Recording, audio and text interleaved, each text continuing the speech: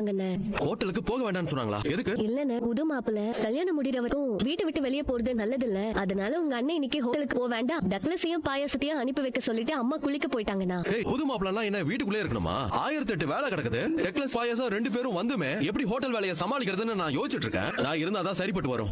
நான் ஹோட்டலுக்கு போய் தான் ஆகணும். நான் புறப்படுறேன். சரியா? வீட்லயே வச்சுக்கங்கன்னு சொன்னான்.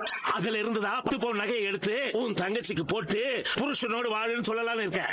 உனக்கு இந்த கல்யாணம் நடக்கலனா கல்யாணம் முடிஞ்ச உன் தங்கச்சி ஆயுசுக்கும் வாழ்க்கையை தொலைச்சிட்டு இந்த வீட்டுல தான் இருக்கணும். இவ புருஷனை பலி கொடுத்தவ, இவ வாழ்க்கையை தொலைச்சிட்டு அக்கா தங்கச்சி 2 பேரும் முடிய தொங்க போட்டுட்டு ஒருத்தர் பேன் பார்த்துட்டு இங்கேயே இருங்க, இருந்து தொலைங்க.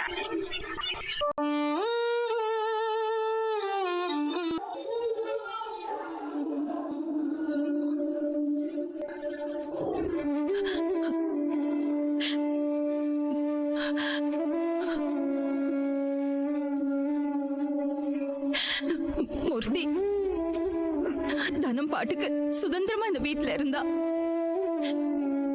இந்த குடும்பத்துக்காக ராப்பகலா ஆட்டோ ஓட்டி சம்பாதிச்சா. அப்படி சொன்னா நீ வாடி அப்படி. ஏய் மாப்ள இரியா. இரு, கோபப்படாத மாப்ள இரியா. மாமா என்ன மாமா நினைச்சிட்டு இருக்காவ? எதுக்காக குழந்தைய எப்படி திட்டுறா? கொஞ்சம் பொறுமையா இரியா. நடந்தது என்னன்னு தெரியாம பேசாத. என்ன வேணா நடந்திருக்கட்டும் மாமா. அதுக்கு என்ன குழந்தைய எப்படி திட்டுவாளா? நீ கோபப்படாத. சரி அப்படி